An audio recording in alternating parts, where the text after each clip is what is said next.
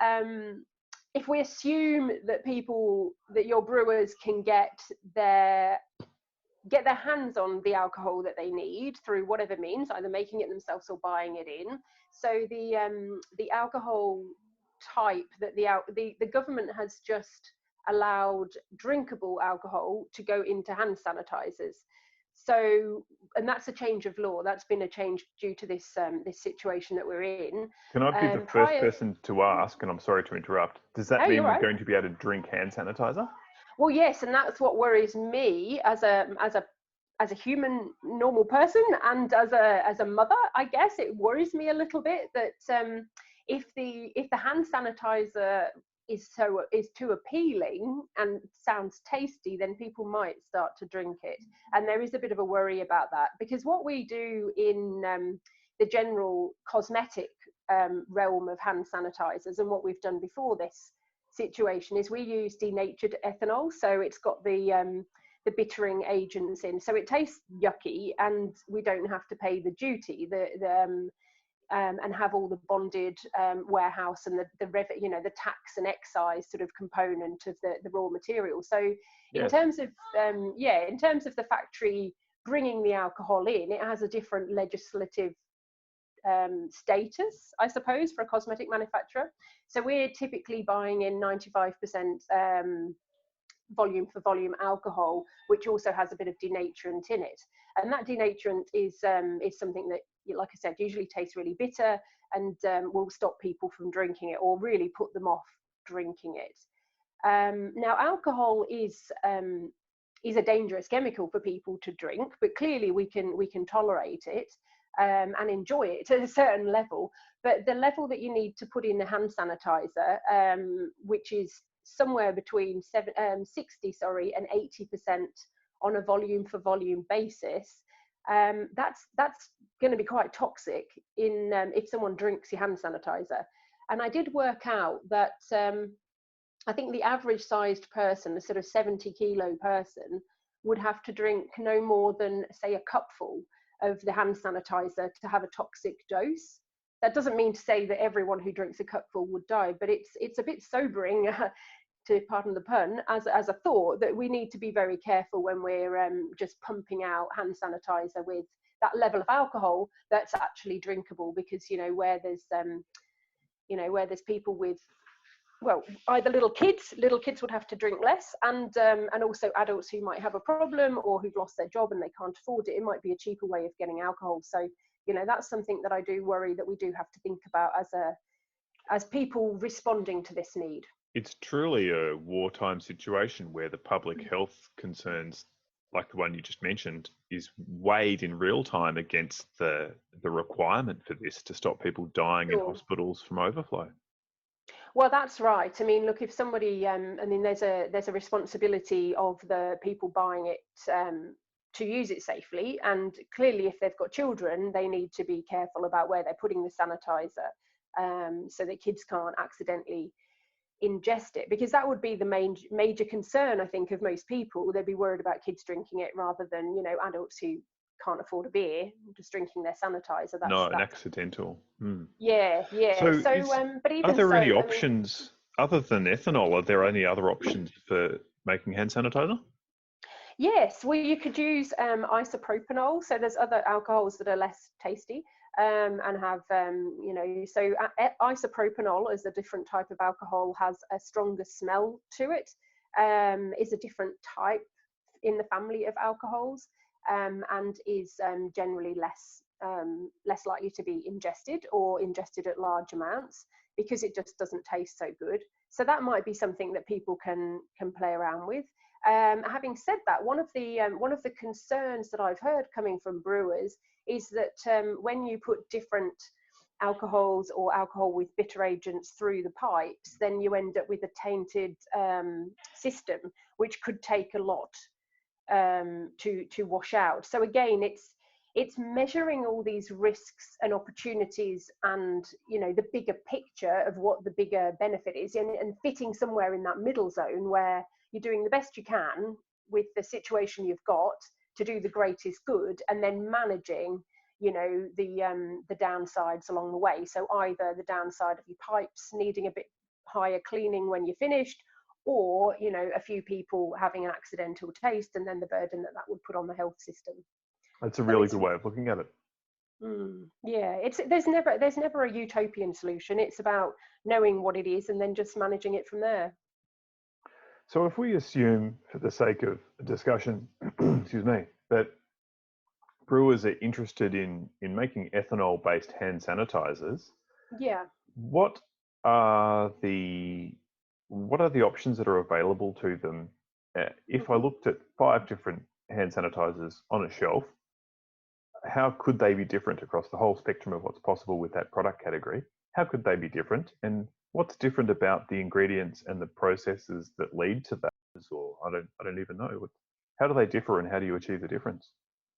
So there's 2 levels of difference between hand sanitizers. The first one is the legal framework that you choose to operate under, and the second one is then the formula or the recipe that you as an individual manufacturer come up with. So if we look at the manufacturing, I suppose, legal framework first, we used to have 2. So you either were a TGA approved hand sanitizer, which is or sanitizer in general, because it's not just for hands, it's for equipment and factories and workplaces. So the TGA products were tested and measured, and the materials are monitored and recorded in a much higher way, because the idea is that these sanitizing solutions are going to be used in a situation where people are already vulnerable and at risk. So they're either in a hospital or a healthcare setting, old elderly care home, something like that, where there's a real risk of infection to the individual. So these TGA sanitizers can claim to be antiviral, and they can claim to be anti-particular or named viruses, as well as being generally antimicrobial. So antimicrobial is the catch-all phrase. Antiviral is specific to TGA. So there's that. The next sort of legal framework is the cosmetics, which is the one that I'm most familiar with. And that's where you've got general sanitizing products, either for the home, the factory, or the hands, where you're generally assuming that the population using them are healthy and fine and going about their daily business. And they just want something that sort of finishes off the job. So you've got your soap and water, and then your sanitizing solution to do that hygienic final clean. And that might be in a food environment or a cosmetic factory. So with that, the general emphasis is on the population using them, like I said, being generally healthy. We cannot mention viruses, so we can't say that the products are antiviral, and we certainly cannot mention named viruses. But that doesn't mean to say that the people making these products don't test their products against a whole array of microorganisms and do all the testing. Can you claim antimicrobial? Yes, you certainly can. So you can claim antimicrobial as a broad statement, and most of them do. And some of them, some products will specify antibacterial, because we're allowed to say antibacterial for cosmetics. So for example, they might use that claim where, there's a risk of bacterial contamination in, say, I don't know, makeup brushes or something like that. So there was those 2. Now we have a third one, which is where new entries, where we can open up some opportunities for new manufacturers to come in and fill the gap. And that's where we're, or the TGA are suggesting that new players stick to this third category, which is basically to just manufacture the WHO, the World Health Organization's, it's not really a formula, it's just an outline, which is basically a recipe, if you like, which contains alcohol, which is either ethanol or isopropanol, and then a little bit of hydrogen peroxide and a bit of glycerin, and then the rest water. So there's this very, very simple, water thin, no fragrance, no personality, I guess, but just a thing that will get the job done. So if you're talking utilitarian, backs against the wall, just got to get some sanitizer out there, that's what you'd potentially go for. And the government's made it a lot easier for people to just get their products on the market saying that. As long as you follow that recipe, then you can tap into that market. What function do those 4 constituents provide? What do they do? Okay, so alcohol, which is either your isopropanol or your ethanol, that's your broad spectrum antimicrobial. So alcohol works by denaturing or breaking down the protein structure of your microbes. So it it kills everything basically by that sort of mechanism, I guess. But it can't. The alcohol doesn't work very well on its own. So it's not necessarily a case of the more alcohol you get, the better the kill rate. You've got this window of opportunity where the amount of alcohol that you put in your formula will kill the microbes. And if you go below or above that, and it's important to remember above that is important too, that you're not going to get the same results. So that's why the World Health Organization's data suggests between 60 and 80% on a volume for volume basis of alcohol in order to get the best kill rate, because there's been some data to show that if your alcohol is too concentrated,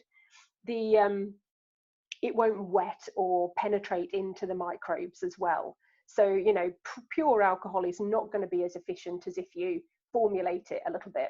So that's where the water comes in. The water makes up that the lion's share of the rest of it.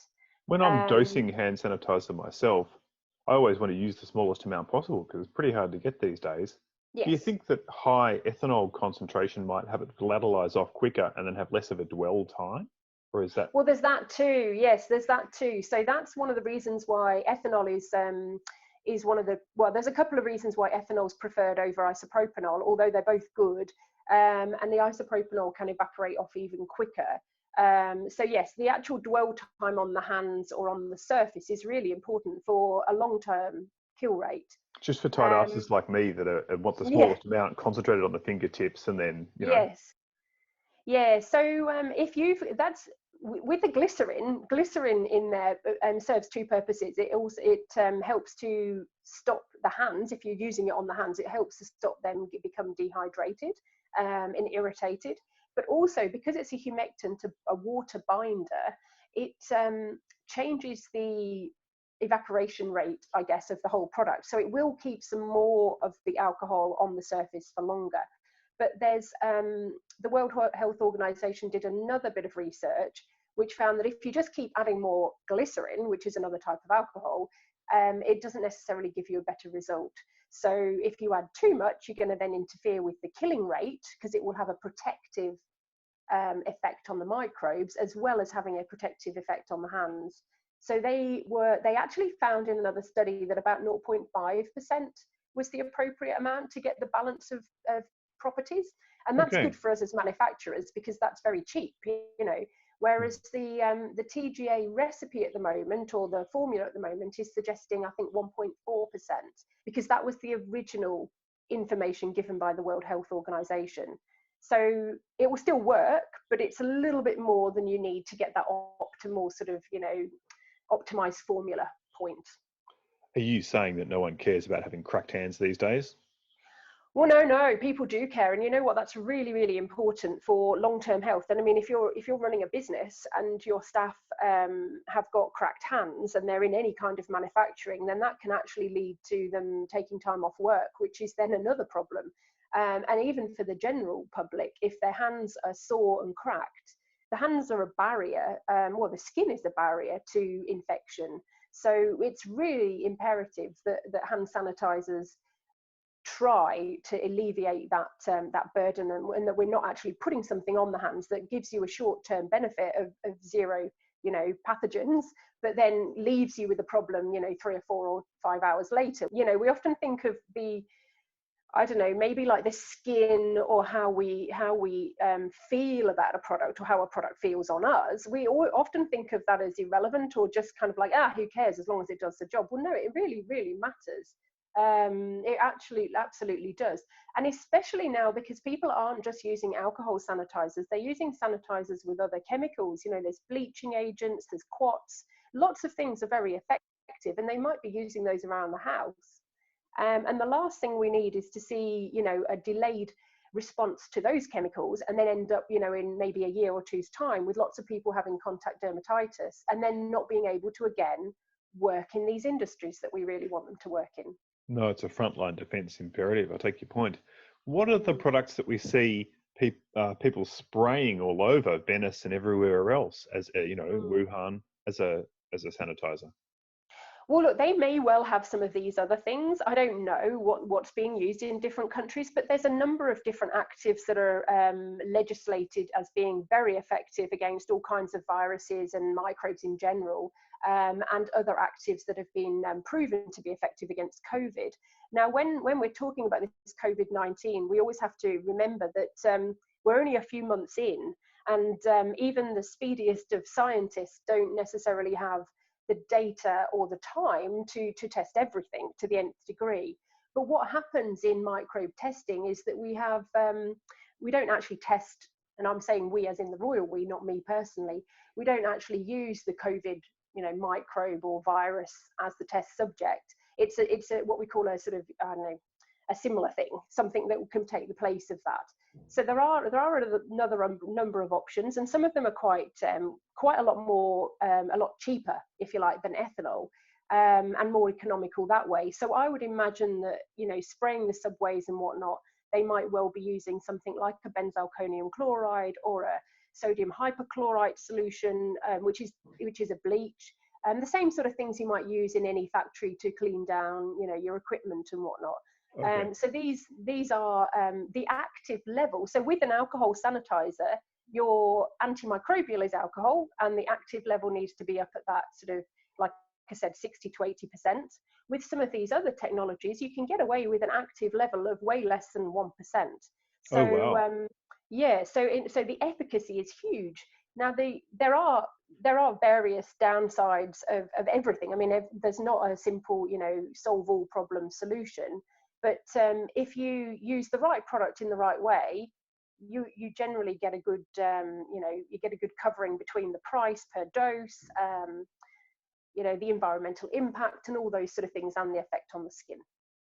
That's an interesting point. When we watch them with Ghostbuster jetpacks spraying the whole city when we can't get sanitizer in the supermarket, that they're different products with different concentrations of active ingredient, but it also opens up the possibility of wholesale supply to the healthcare and to the government and to the local council, the demand.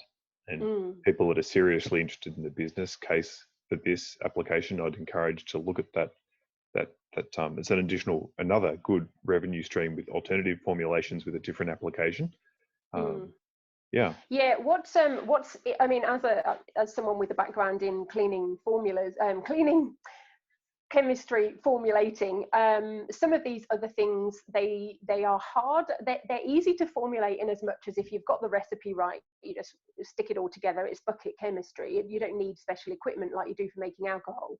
But the handling and the presentation of the product is a little bit more, there's a little bit more to it, because especially with bleach solutions, peroxides and whatnot, you can end up having all sorts of problems with instability, and in some cases you can end up selling people just salty water, which most people won't want to do, and it won't do anything for your microbes. Although even things like citric acid solutions and salt solutions are antimicrobial to a broad degree. So there's something in that. But if you're selling them bleach and they get salt, you could be in trouble. The shelf stability, brewers, Yes. it's close to their heart. Alcohol isn't the only solution. It is a good solution, and it's a preferred one for hands because it's got the lowest potential to cause contact allergy. You don't get allergic to the alcohol, so even if you end up with really rough skin or broken nails or whatnot, it's just a byproduct of using the product a lot, but your hands will recover. But if you use some of these other products, then you can actually sometimes develop allergies. So it's horses for courses. You choose your product depending on what you're doing and what the needs are. Let's take the narrow case of ethanol-based hand sanitizers and consider if people, rather than the completely utilitarian backs against the wall WHO mandated product, what options are there to dress these things up in a sense that make them more desirable? Well, look, this is where you're entering the cosmetic realm. So that would be the law that you'd apply, you'd sort of fit under, and that would be where you can add your what would be flavors, I guess, in potable, drinkable alcohol, or we'd call them fragrances in cosmetics. So you might be able to experiment with different combinations of essential oils or fragrance components to make the product smell better, or take away that sort of, I don't know, the lack of enjoyment of using the product. You might be able to add some value there. You can add some color, which might also in some ways detract from the drinking of it, or differentiate it from other things. And you could add some extract. So some people are making, and we get a bit of flack for this in cosmetics, because there seems to be this very black or white mentality out there that, if it's not this, simple formula, it won't work. Well, that's not true. You need to test every formula just to make sure what you're adding isn't creating a bioburden or detracting from the antimicrobial nature. But you can add extracts like, aloe vera, or herbal extracts that grow in a local area, even nettle, or whatever you like, really. And you can color things with natural chlorophylls, or the sky is the limit, as long as the manufacturer involved, when they've got their creative formula together, they test it and make sure that it does perform to the appropriate level. And if they're worried about that, or they're worried about the lag of time that might take, then stick to the simple formula for a start, and then develop these other things later, because I think this is going to go on for a while.